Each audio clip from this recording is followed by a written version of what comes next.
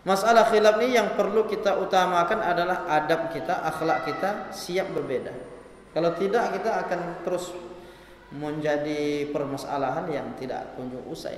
Dan itu sampai kapanpun nggak selesai kalau tidak dengan adab, kalau tidak dengan kelapangan hati.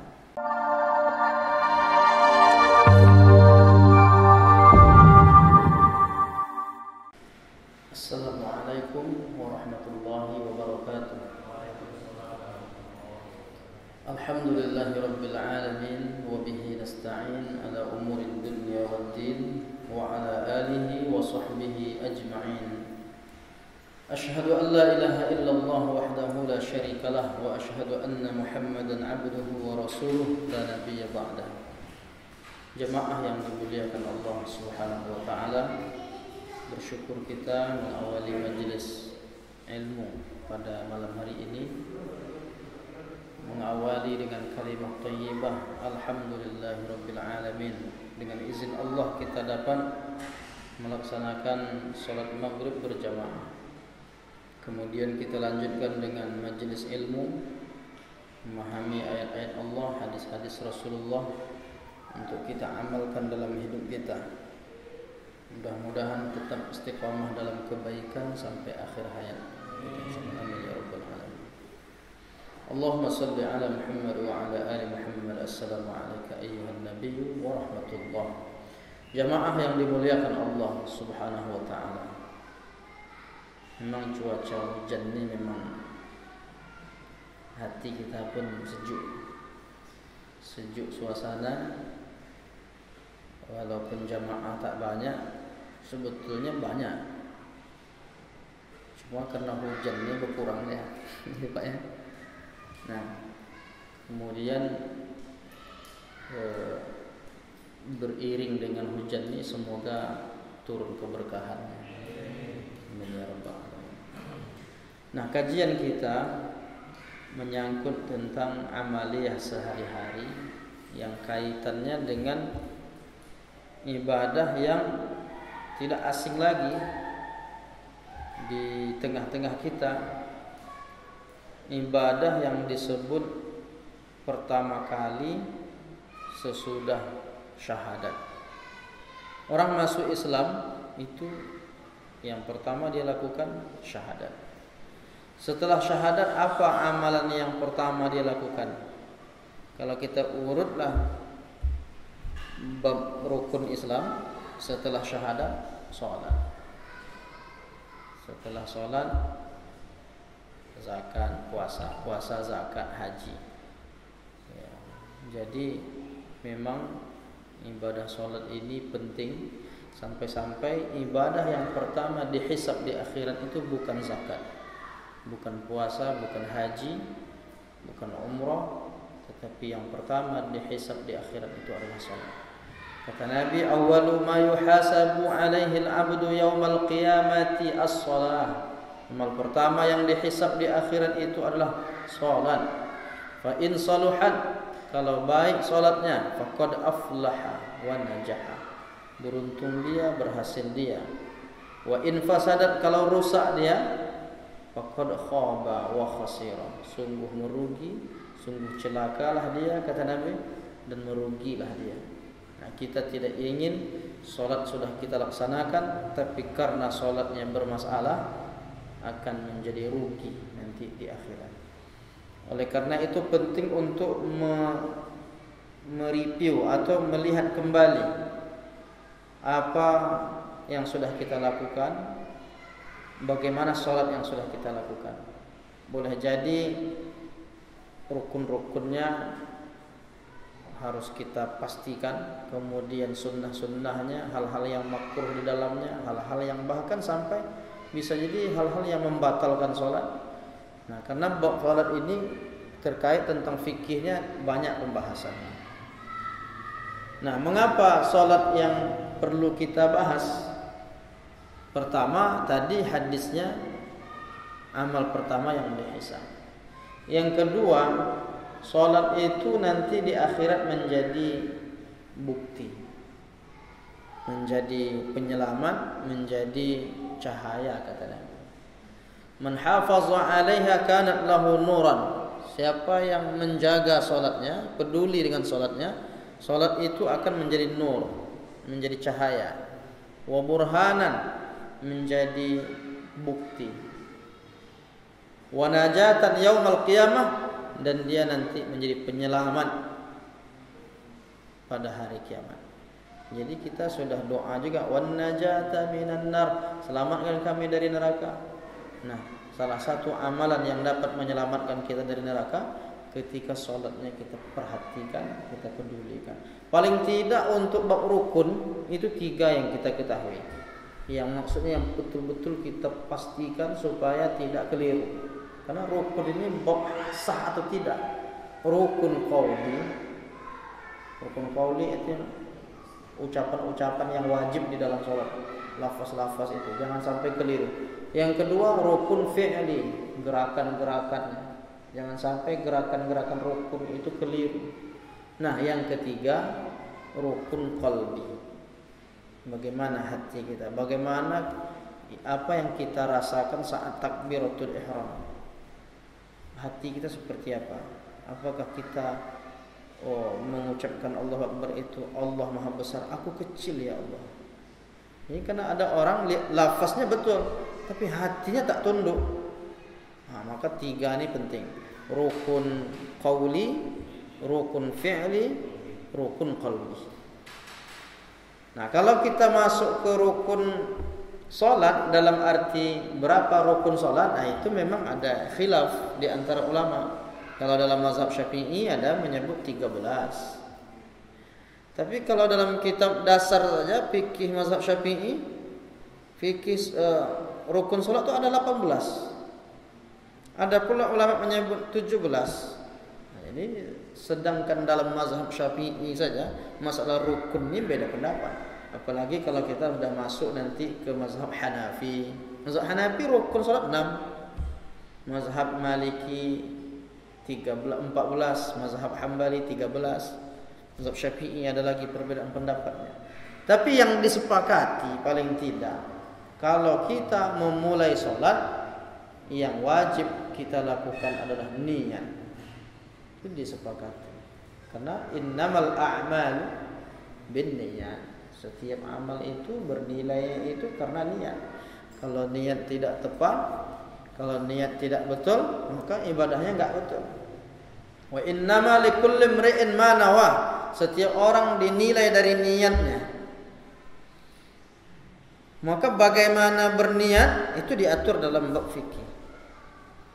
Apakah niat itu di dalam hati? Sepakat semua ulama. Niat itu di hati. An-niyah mahallun niyah al-qalb. Tempatnya niat itu di hati. Yang jadi perdebatan ulama, dilafazkankah dia atau tidak? Nah, di situ ikhtilaf. Mazhab Maliki dan Hanafi mengatakan enggak disyariatkan melafazkan.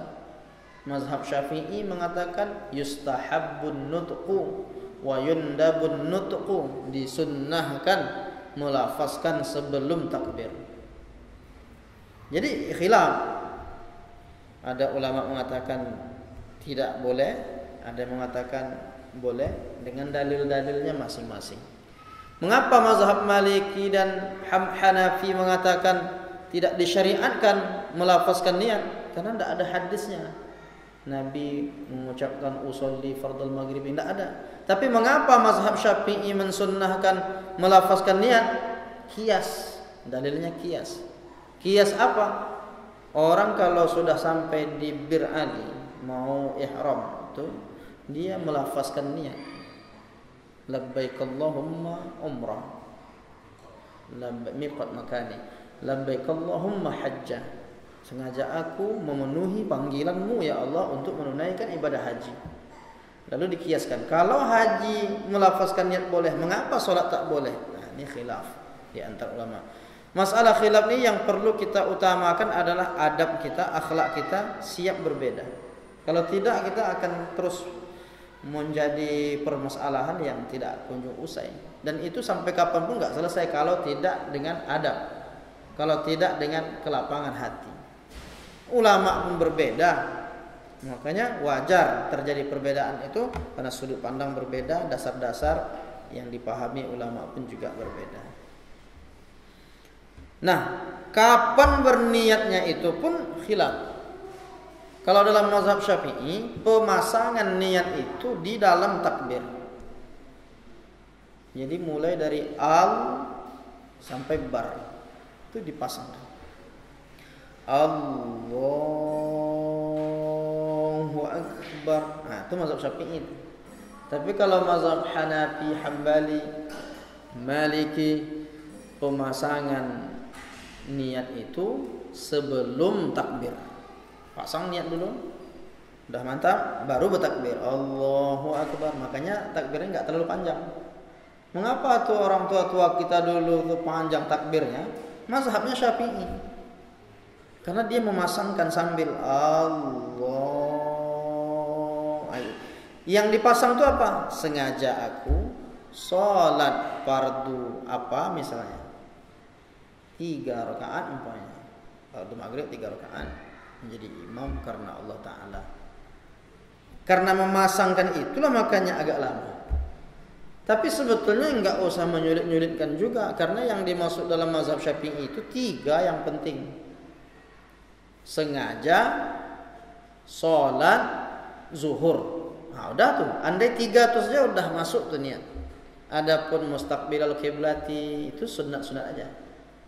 Adaan tunai lillahi ta'ala itu sunat. Yang wajib itu 3. Sengaja, ini memang sengaja. Memang tujuannya Pak, aku sengaja melaksanakan sholat apa? Sholat apa? Sholatnya sebut sholat. Sengaja sholat. Sholat apa? Zuhur. Nah 3 tuh. Kecuali makmum. Kalau makmum tambah 1 lagi, wajib makmuman. Kata Imam An-Nawawi, falau taraka hadhihi niyyah, kalau makmum tidak memasukkan 4 unsur itu di dalam niatnya, wa taba'ahu fil af'al, tetapi dia ikut gerakan-gerakan imam, batalat salatuhu 'ala sahih, maka salatnya menjadi batal. Oh, itu Syafi'i. Artinya seorang makmum itu harus benar-benar dia meniatkan sengaja salat zuhur makmum. Itu yang wajib. Yang sunat-sunat itu boleh ditinggalkan. Nah, makanya tak terlalu lama juga sebetulnya kalau umpamanya 4 itu saja. Allahu Akbar, dapat itu. Sengaja aku salat zuhur 4 rakaat atau sengaja aku salat zuhur makmum. Seperti itu. Itu ada disebutkan dalam kitab Al-Minhaj. Nah, bertakbirnya itu juga khilaf antar ulama. Apakah lafaznya mesti Allahu Akbar atau ada lafaz selain Allahu Akbar? Kalau dalam mazhab Syafi'i, lafaz takbir itu memulai salat itu 2, maksudnya 2 versi. Yang pertama Allahu Akbar, yang kedua pakai alif lam, Allahul Akbar. Jadi kalau ada orang nanti salat Allahul Akbar, jangan kita marah. Dia pakai mazhab Syafi'i versi kedua. Tapi karena tidak lazim, makanya mungkin orang akan mengamuk dia. Mendengar tuh ini mandai-mandai pula ini katanya. Tidak, itu mazhab Syafi'i versi 2. Yang pertama itu yang mayoritas. Nah, mazhab Maliki takbirnya harus 1 versi saja, enggak boleh selain Allahu Akbar. Allahu Akbar harus seperti itu. Itu mazhab Maliki. Nah, yang lebih unik ini mazhab Hanafi. Mazhab Hanafi itu India, Pakistan, Bangladesh, Turki. Mereka dalam kitab Syekh Abdurrahman Al-Jaziri dirincikan di sana tuh. Apa-apa saja yang dibolehkan untuk memulai sholat itu, lafaznya apa saja. Maka disebutkan semua lafaz yang mengandung keagungan Allah boleh digunakan untuk memulai sholat. Kalau Allahu Akbar itu kan mengagungkan Allah. Allahu Akbar, Allah Maha Besar, itu mengagungkan Allah. Tapi mengagungkan Allah itu tidak hanya Allahu Akbar. Umpamanya dia baca Allahu Azim, Allah Maha Agung. Allahu Karim, Allah Maha Mulia. Allahu Jabbar, Allahu Rahman, Allahu Rahim, Allahu Malik, Allahu Quddus. Itu kan semuanya lafaz-lafaz keagungan Allah. Jadi boleh saja menurut mazhab Hanafi, tak masalah, karena inti dari memulai sholat mengagungkan Allah Ta'ala. Cuma ini disampaikan bukan untuk dipraktekkan. Takut juga saya kalau menyampaikan tak sampai ke ujung nih. Maksudnya ini wawasan. Karena khawatir juga kita tiba-tiba sholat subuh besok Pak Imam berubah takbirnya. Dipakainya salah satu Asmaul Husna, Allahu Quddus. Udah pakai kudus lah sekarang Masjid Al-Manar. Jadi kita tak mau jadi konflik, jadi persoalan berat nanti di masjid kita. Kita sekedar melihat ternyata masalah kajian fikih ini luas sekali. Jadi beri kelapangan untuk menerimanya, tapi kita punya pegangan. Kalau jamaah tanya, jadi Ustaz yang mana saya? Ya Allahu Akbar, itulah ngikut pendapat mayoritas. Dan bahkan mazhab Hanafi pun mereka prakteknya sama dengan kita, Allahu Akbar. Cuma dalam bab fikih mereka punya analisa, boleh juga melafazkan selain Allahu Akbar, yang penting mengagungkan Allah. Itu bab fikihnya begitu. Ternyata dalam prakteknya sama. Mengapa mazhab Hanafi membolehkan selain Allahu Akbar? Boleh jadi ada orang tak pas membaca Allahu Akbar. Itu alasannya. Nyebut Allah itu tak pas. Akhirnya boleh dipakai semua kalimat mengagungkan Allah. Umpamanya kalimat mengagungkan Allah selain Allahu Akbar apa? La haula wala quwwata illa billah. Itu enggak berat. Kalau Allah mungkin payah ada orang nyebut Allah. Kalau billah mudah. La haula wala. Tapi kan unik juga kalau sempat solat tuh pakai la haula wala quwwata illa billah. La haula wala quwwata illa billah. Kan tidak ada orang mempraktekkan. Cuma begitu alasannya dalam mazhab Hanafi. Kemudian berbicara tentang takbir sudah. Sekarang kita sambil takbir itu meletakkan atau mengangkat tangan. Itu dibahas. Hadis dalam Sahih Bukhari, ada dalam Sahih Muslim. Kalau yang dalam Sahih Muslim, rafa'a yadayhi ila syahmati uzunaihi. Rasulullah mengangkat tangan sampai ke telinga. Maksud sampai ke telinga ini mana? Karena ada orang diperkirakan yang penting dekat ke telinga. Dalam hadis disebutkan hatta takada ibhamahu tuhati syahmata uzunaihi. Sampai-sampai ibu jarinya dekat ke daun telinga.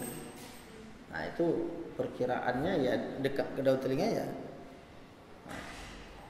Bisa menyentuh, bisa yang penting dekat.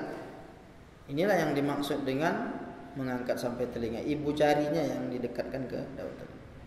Jadi Allahu Akbar. Itu hadis pertama, Sahih Muslim. Dalam Sahih Bukhari, rafa'a yadayhi yahzu hadwa mankibaihi. Rasulullah mengangkat tangan setentang bahu. Ada enggak orang mengamalkan Allahu Akbar? Belakangan ini banyak kita tengok. Dulu-dulu agak jarang. Nah itu ada hadisnya. Bahkan ada hadisnya juga mengangkat tangan itu sampai di dada. Allahu Akbar. Kalau ini mendingan, yang sedikit ini yang ke dada nih. Dan itu banyak orang salah sangka, suuzon, ketika melihat ada orang ngangkat tangan sampai ke dada. Allahu Akbar. Kata kawan bisik-bisik, malas betul dia ngangkat tangannya. Tak mau dia ngangkat tangan sampai ke telinga. Itu bukan masalah malas atau tidak. Masalahnya dia mengamalkan hadis yang disebutkan dalam Sunan Abi Dawud, diriwayatkan dari Malik bin Huwairis. Jadi ada penjelasannya di dalam hadis-hadis. Nah, kemudian masalah tangan diangkat sampai di mana, sudah meletakkan tangannya juga problem. Maksudnya ada khilaf antar ulama. Setelah diangkat Allahu Akbar itu di mana diletakkan? Nah, itu khilaf lagi. Kalau dalam mazhab Hanafi itu di bawah pusar. Di bawah pusar. Juga sama dengan mazhab Hambali, Hanabilah. Prakteknya kalau di bawah pusar itu ya simpelnya Allahu Akbar. Ini sedang sholat. Kalau ada yang seperti itu, dia kemungkinannya dua. Kalau tak mazhab Hanafi, Hambali. Ada lagi mazhab Maliki. Mazhab Maliki mengangkat tangan kemudian dilepaskan ke bawah. Allahu Akbar, irsalul yad, melepaskan ke bawah. Nah itu jangan disangka dia belum sholat. Dah sholat dia. Kalau kita tak tahu, boleh jadi kita menduga lama betul dia masang niatnya. Kok belum juga? Apalagi orang mazhab Maliki ini matanya enggak menghadap ke tempat sujud, Pak. Matanya ke depan. Karena dalilnya ayat Quran. Fawalli wajhaka syatral masjidil haram. Hadapkan wajahmu ke Masjidil Haram. Masjidil Haram di depan, Ka'bah di depan, kan di tempat sujud. Itu alasan mereka. Dan ayat itu jelas, hadapkan wajahmu ke Masjidil Haram. Nah, itu alasan mazhab Maliki. Kenapa kita melihat ke tempat sujud? Ada hadis lain. Fata'ta biha ra'sahu. Dulu Nabi salat pernah melihat ke atas. Turun ayat wa qumu lillahi qanitin. Laksanakan salat itu dengan tunduk. Maka fata'ta biha ra'sahu, kemudian Nabi menundukkan kepalanya, menunduk melihat ke tempat sujud. Sejak itu salat menghadap ke tempat sujud. Nah, itu dalilnya. Jadi masing-masing punya dalil. Nah, kalau ada orang yang tidak tahu saudaranya mazhabnya apa. Nah, ini problemnya kalau kita tak paham masalah perbandingan mazhab ini, kita cenderung menyalahkan atau bisa salah paham.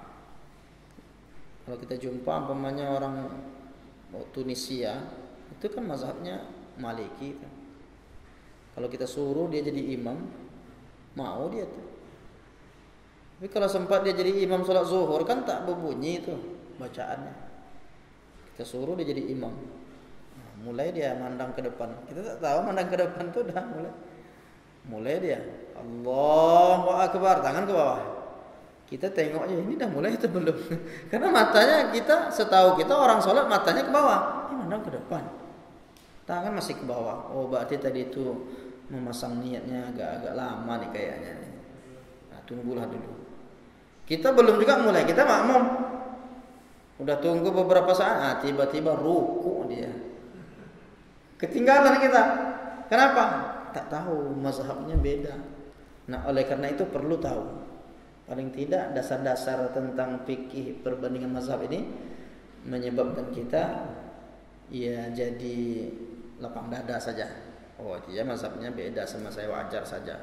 Jangan memaksa orang lain itu harus sama seperti kita. Enggak mungkin. Karena bab fikih ini, bab ibadah ini banyak sekali perbedaan pendapat. Itu masuk isya itu maksudnya. Enggak. Cepat sekali. Baik. Itu tentang meletakkan tangan. Nah, mazhab Syafi'i meletakkan tangan itu tahtas sadri fawqas surrah, di bawah dada, di atas pusar. Allahu Akbar. Nah, di bawah dada sini, bawahnya, pusar sini, di atasnya. Nah, tengah-tengah. Beginilah dalam mazhab Syafi'i. Wa qala biha jumhur, kata Imam. Begitu juga menurut jumhur. Artinya mayoritas ulama itu memang cenderung menggunakan atau meletakkan tangan itu di bawah pusar, di bawah dada, di atas pusar. Itu yang dipahami oleh Imam An-Nawawi, juga dijelaskan oleh Al-Hafiz Ibnu Hajar Al-Asqalani tentang meletakkan tangan itu. Jadi sudah selesai. Dua mazhab di bawah pusar, Hanafi Hambali. Satu mazhab Maliki dilepaskan ke bawah. Tapi dalam mazhab Maliki ada dua versi. Satu lepas ke bawah, yang keduanya sama dengan mazhab Syafi'i, di atas pusar, di bawah dada. Sama. Sedangkan mazhab Syafi'i dua versi juga. Yang pertama di bawah dada, di atas pusar. Yang kedua miring ke kiri. Kan kita pernah nengok kan orang tua-tua kita tuh, Allahu Akbar. Nah, ini agak keluar sedikit. Itu mazhab Syafi'i. Ma'ilan ila jihatil yasar, dimiringkan ke kiri. Kenapa? Karena jantung di sana. Dan hadisnya disebutkan dalam riwayat Ibnu Khuzaimah. Ada dasarnya. Jadi kalau kita tak tahu dasar itu memang cenderung nyalahkan. Tapi kalau kita dah tahu, oh ada dasarnya. Nah itu di antara cara-cara. Baru kita masuk ke bab niat sudah, kemudian takbiratul ihram, mengangkat tangan, kemudian meletakkan tangan. Nah sebelum masuk isya mungkin kita boleh berdiskusi hal-hal lain yang kita anggap perlu.